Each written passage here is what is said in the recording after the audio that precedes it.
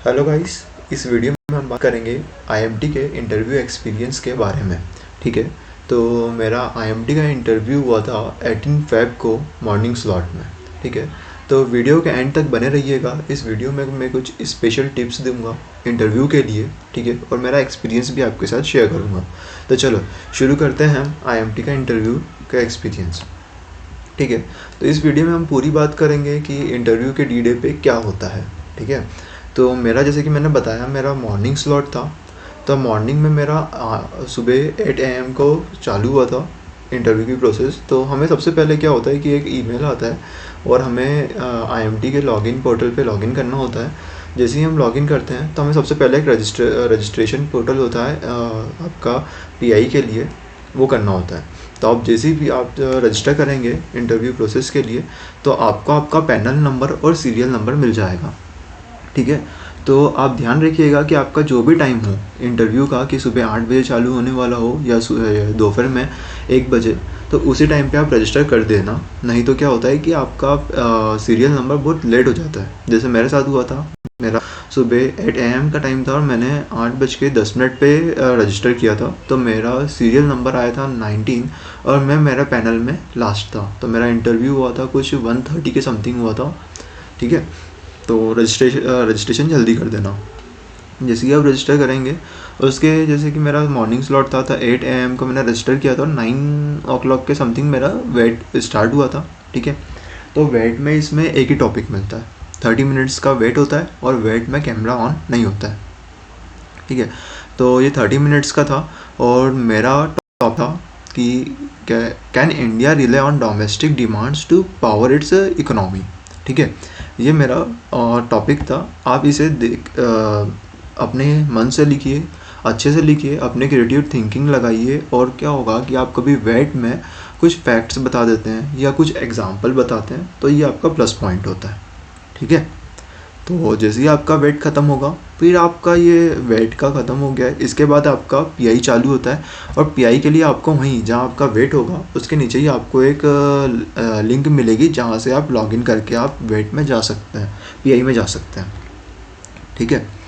तो आपका जो भी सीरियल नंबर होता है पैनल में, उस हिसाब से आप काउंट कर लेना कि शायद एक पैनल एक इंटरव्यू चलता है 20 मिनट्स के अप्रॉक्स। तो जैसे कि आपका जितने भी नंबर पे सीरियल नंबर हो तो उस हिसाब से आप डिसाइड देख लेना कि कितनी देर बाद आपका टाइम आने वाला है। और जिस टाइम आपका पैनल स्टार्ट होने वाला होगा इंटरव्यू, उसके एक राउंड पे एक स्टूडेंट पहले आपको कॉल कर देंगे कि आपका पीआई स्टार्ट होने वाला है। ठीक है। तो पीआई, मेरे पीआई की बात करते हैं। मेरा इंटरव्यू हुआ था, वही मैंने बताया आपको, 1 बजे के समथिंग, जिसमें 2 पैनलिस्ट थे। फर्स्ट पैनलिस्ट जो थे वो समथिंग 45 to 50 के एक मेल थे। ठीक है।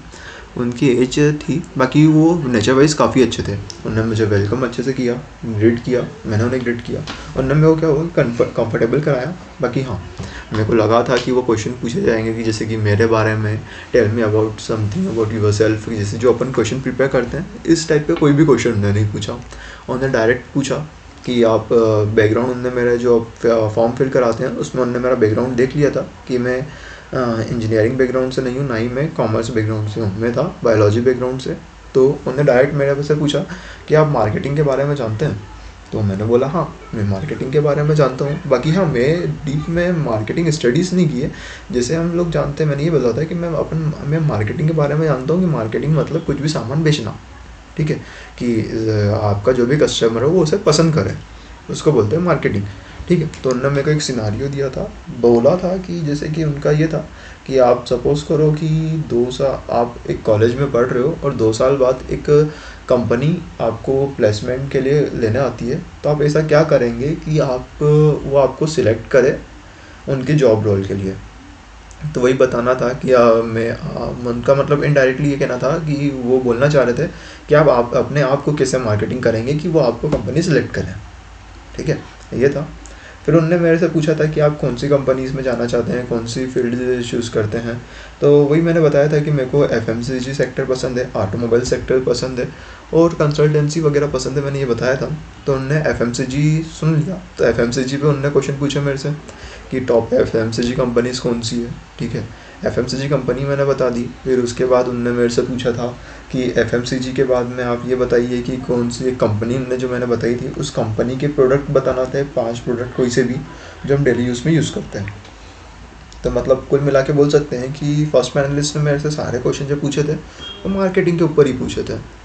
उसके बाद उनने एक ये भी पूछा था मेरे से कि रियल लाइफ एग्जांपल बताना था कि जहाँ पर दो कंपनियाँ थी, ऐसे बताओ कि जो दो कंपनियाँ हैं जिनने एक ने अपनी मार्केटिंग अच्छी करी तो उनका प्रोडक्ट अच्छा चल रहा है, एक ने मार्केटिंग कम करी तो उनका प्रोडक्ट कम सेल हो रहा है, बाकी उसकी वैल्यू और वो दूसरा प्रोडक्ट ज़्यादा अच्छा होता है, ऐसा बताना था।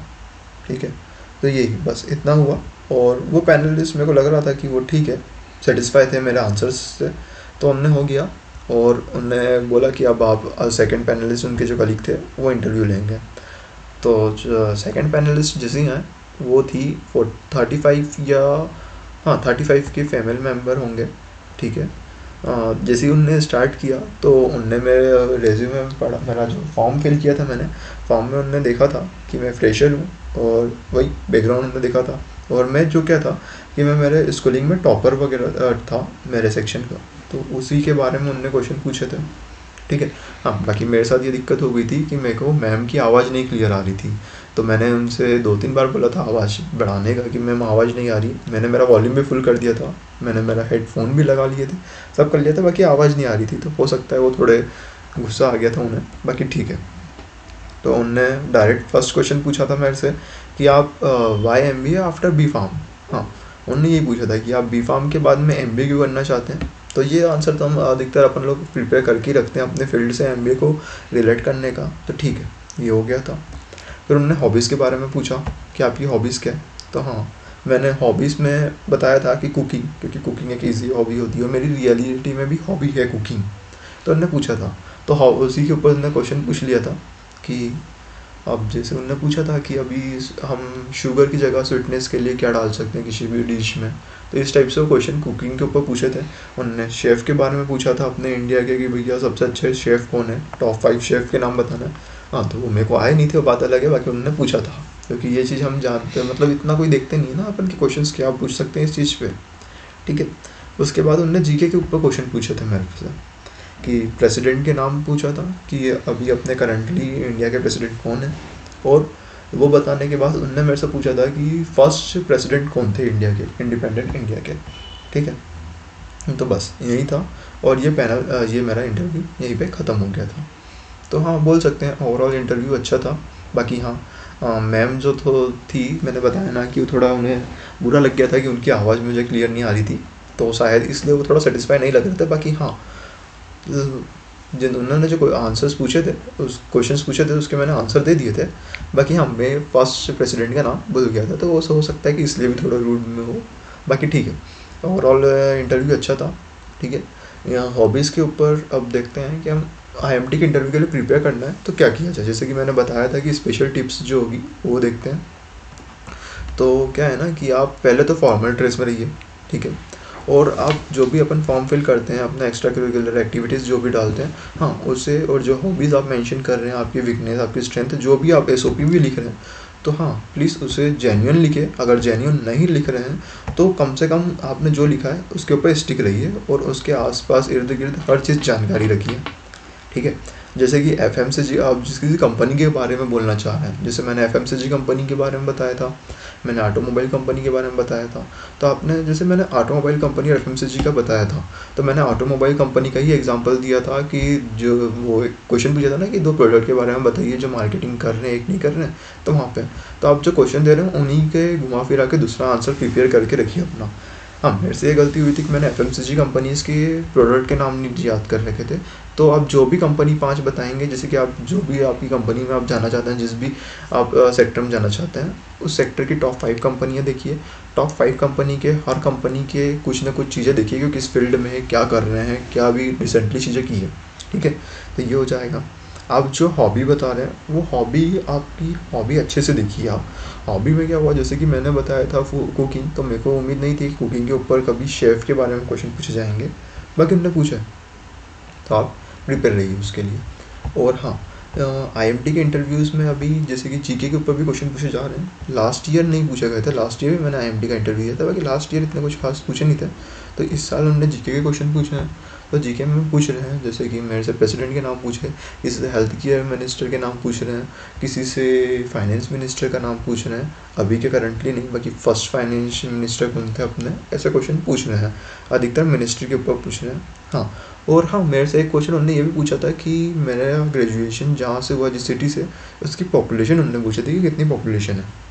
ठीक है, तो आप अपनी सिटी के बारे में भी जानकारी रखिए, आपने जहाँ से स्कूलिंग की है, आपने जहाँ से ग्रेजुएशन किया, बस यही था। हाँ, और फॉर्मल्स ज़रूर पहनिएगा। ठीक है, इनने बोल रखा है इनके उसमें कि आप फॉर्मल्स या सेमी फॉर्मल्स में हो सकते हैं, तो बाकी फॉर्मल्स पहनेंगे तो क्या होता है ना, लुक थोड़ा डिसेंट आता है, तो उससे फ़र्क पड़ता है।